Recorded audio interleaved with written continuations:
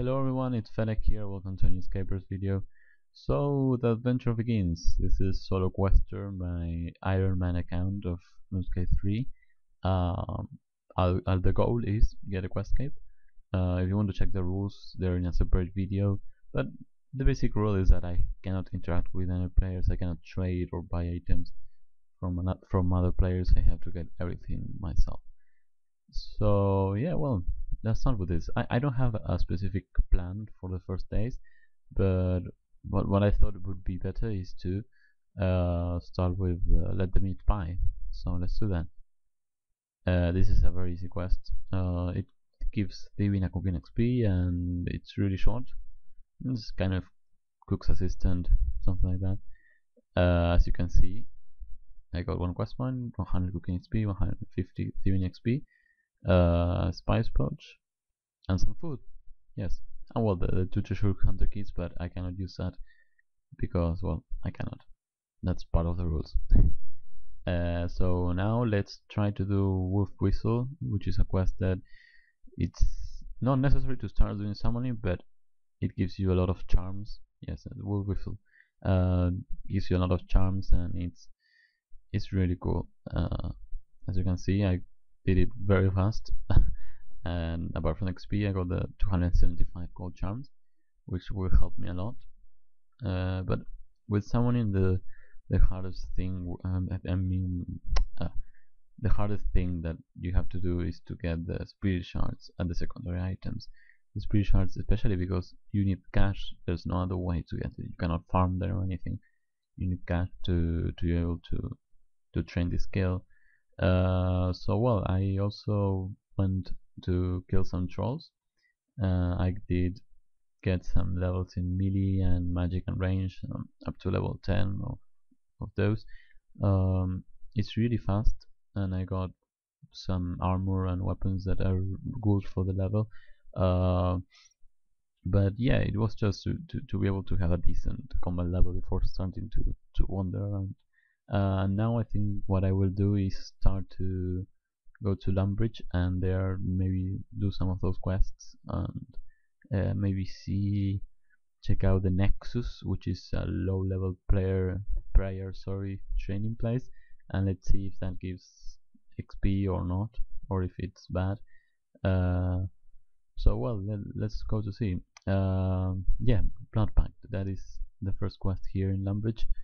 Really easy, really fast, some XP in combat, and also it gives you access to a nice training place where you can get a mask, I think, that is pretty cool, and well, you can kill a lot of creatures and drop some good items.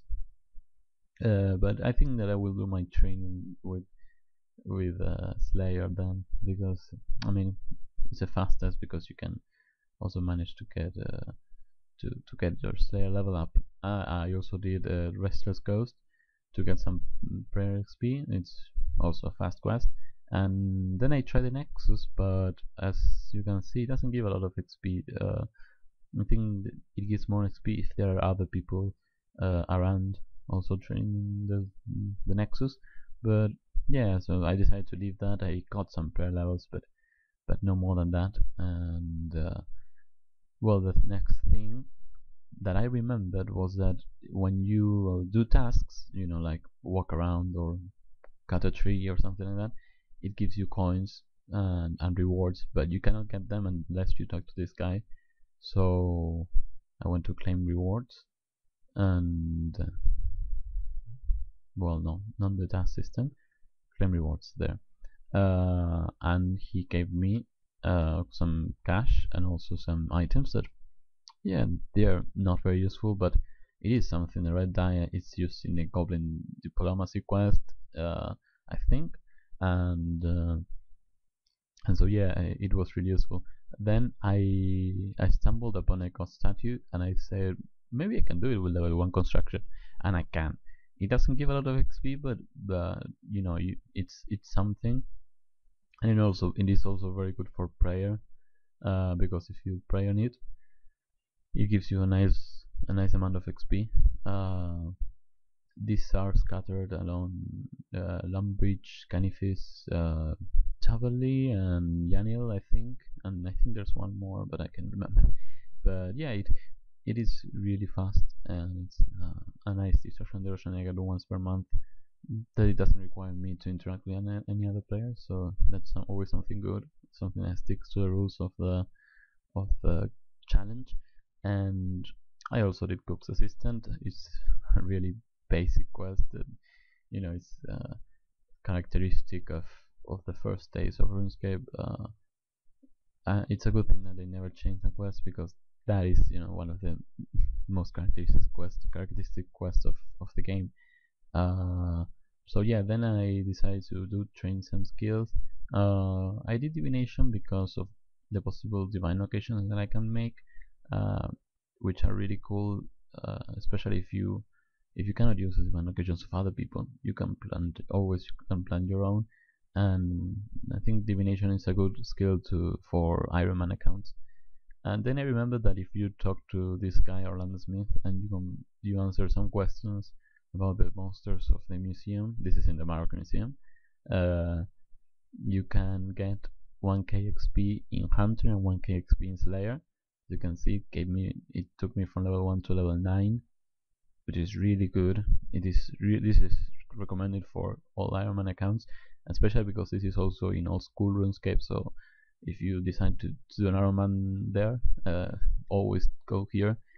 And well, the next thing that I decided to do is go to the waterfall quest, because that is a quest that it doesn't have requirements, but it gives quite a lot of XP on attack and strength. For the quest, you need some runes, some elemental runes, and so I decided to buy them from this store. And meanwhile, while I was there, I mined some rune essence, so I can then train rune crafting.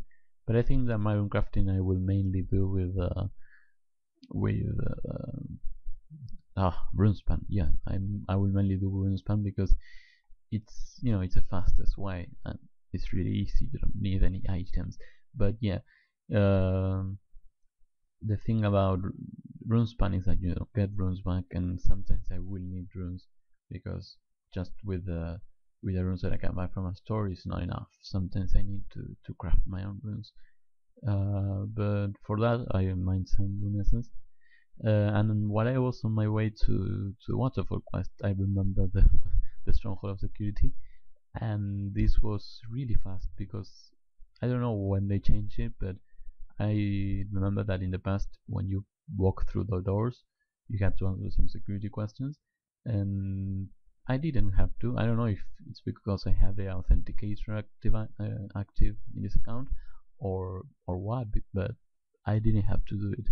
So I got to the end really fast, and I got 10k, which is really good for at this moment. Really good money, and some boots, which don't give a lot of stats, but they're they're they're they're good. They're good.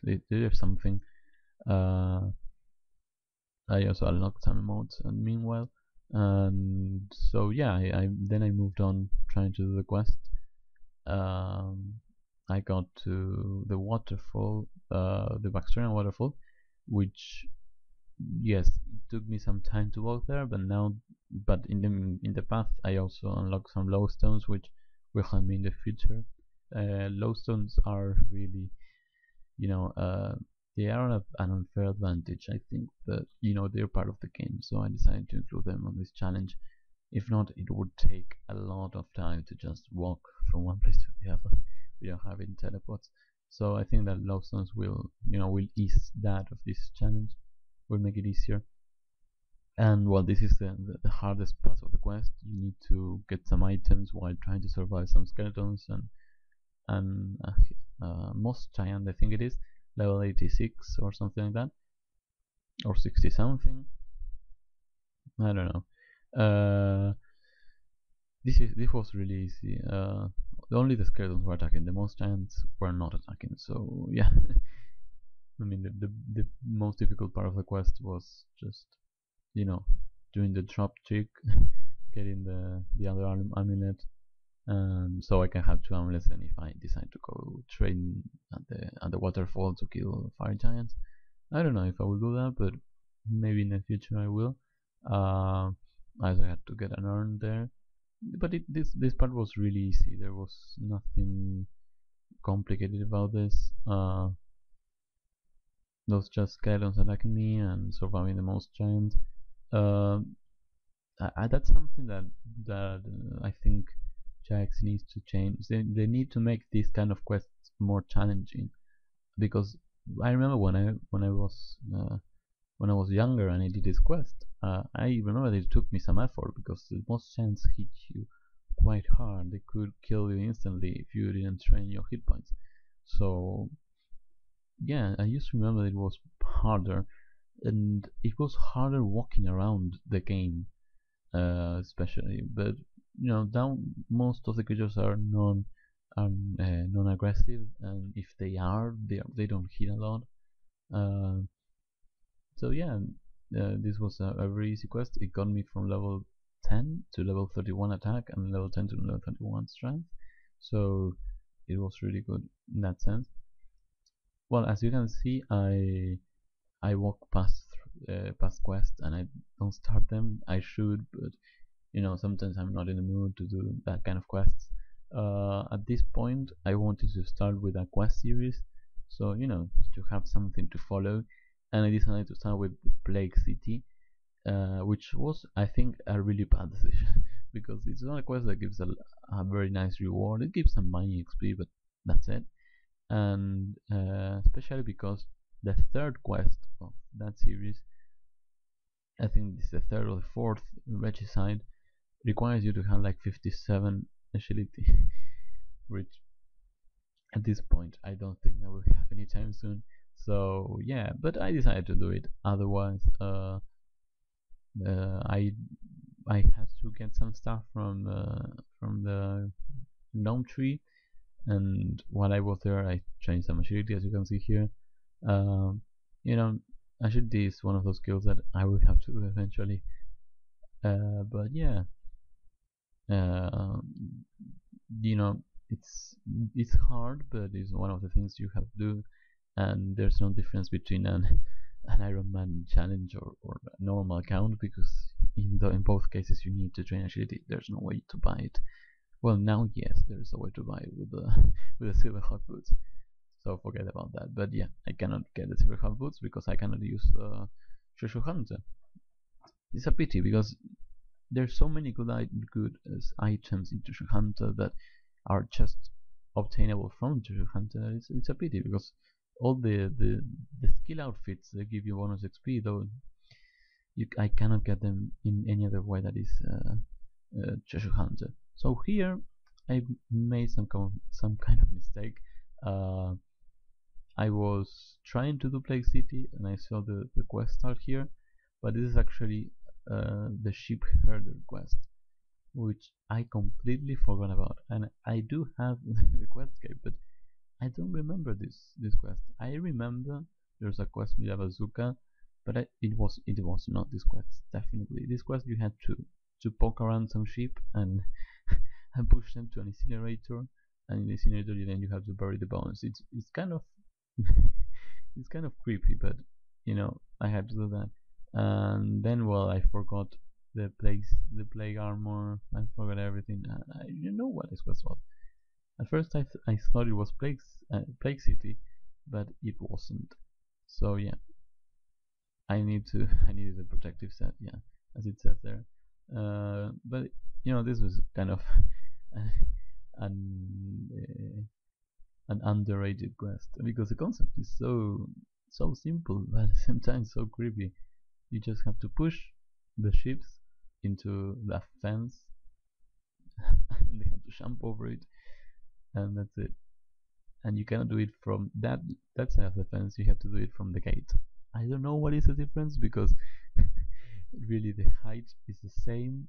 So yeah, I don't know what the difference is, but it took me a while. It took me longer than what I can admit, because it was difficult. I mean, it was hard. The ships just just stood there and you couldn't do anything. So yeah, that was bad. That was really bad. But at the end, I completed the quest, and it gave some gold. It, it gave 4 quest points. Nothing, really nothing. Uh, this is the kind of quest that you do, and then you forget about it 5 minutes later. So okay, what I while I was trying to start the Plague's End, no, sorry, not the Plague's End, the Plague City, uh, I did a mistake and I ate the dual berries that I had in my inventory, and so yeah, I had to get other ones. It was really stupid because I didn't have to use them or anything. I mean, I just had to give them to someone, and I ate them. So yeah, I have a Questscape. I have a Questscape on my main account, and this stuff still happens to me. But at the end, I managed to finish this quest. I tried to remember the storyline, and I think that it's really creepy. I don't know if I'm correct here, but I think the mourners are all elves, and they are inventing the plague. Like there's no plague, but they just do it to I don't know, to control the people. I don't remember this storyline very well, but to do it is it's kind of cool now that the elf city is coming. It's good to refresh those memories. So here I decided to train some skills. Woodcutting while hunter is really I don't know. I mean I remember I used to remember that the first levels of hunter were kind of difficult, but with woodcutting it was okay. And okay, here I am with the first pots that I have seen in a while. I think the legacy have brought some pots back, which is a pity. This is a pity. But there they were, training, doing some planks. Uh, this will definitely affect the economy, and I hope that can do something about it. But okay, I decided to continue with my quests. One quest that I forgot at the beginning to do is through this ritual. It gives you some hardware supplies, but not a lot, and it gives you some XP, which is good. Uh, it lets you do attack potions, I think. No, or that's level 1. Oh, I can't remember now. But yeah, I I got the hero XP, and yeah, I decided to buy some hero supplies, but I didn't train the skill a lot because I thought that firstly you have to do some production skills like mining, like I'm doing here. I decided to get some copper to try out the bronze. I think it's bronze stone divine location.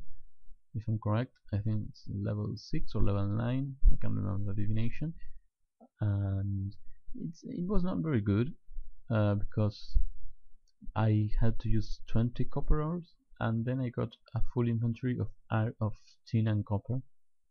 Like, yeah, it's not that good. It was not that good. But now that I have over 15 mining, I think that the best thing to do is to mine iron, and that's what I'll be doing later.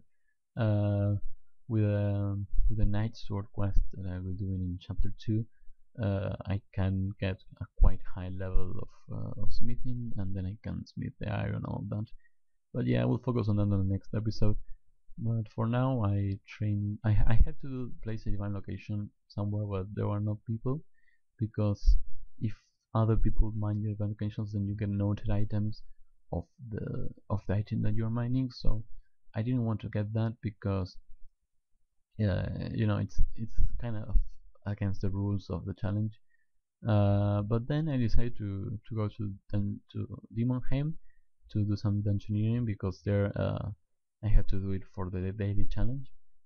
And since it was the first time that I went there, I had to do quite a lot of floors to get to complexity 6, sorry, and and also I was able to train some skills inside engineering, because it is good XP, and there are some resources there that lets you train some skills wasting no money. So it's a good way of training. It's not the fastest, but it's a very good way of training. I got level 300 total, which it's a it's a really nice number to consider this is the first day of the account. I think it had mostly to do with the waterfall quest giving so much XP.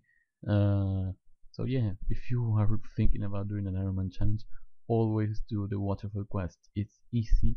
There's no way you can die now with the ways that monsters behave, and you can get quite a lot of XP. And attack XP and strength XP is really good at the first few levels because it lets you kill faster. And if you're doing this, these novice quests, you have to kill some monsters. It lets you do it faster, so it's really good. Then, well, you have to get your defense up. There, I have iron where I can, I could be getting some high level armor, but still, I mean, it is a nice way to speed up the training.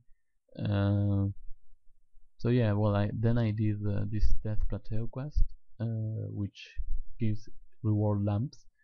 I will be using all reward lamps on summoning. It gave 3 lamps, and then you have to do a kind of a task of getting some resources to these guys, and they give you some other lamps, which is some nice XP if you are low level. I don't know if you can repeat this. I hope so. But well, this was episode 1, so see you next week for episode 2, and have a nice day.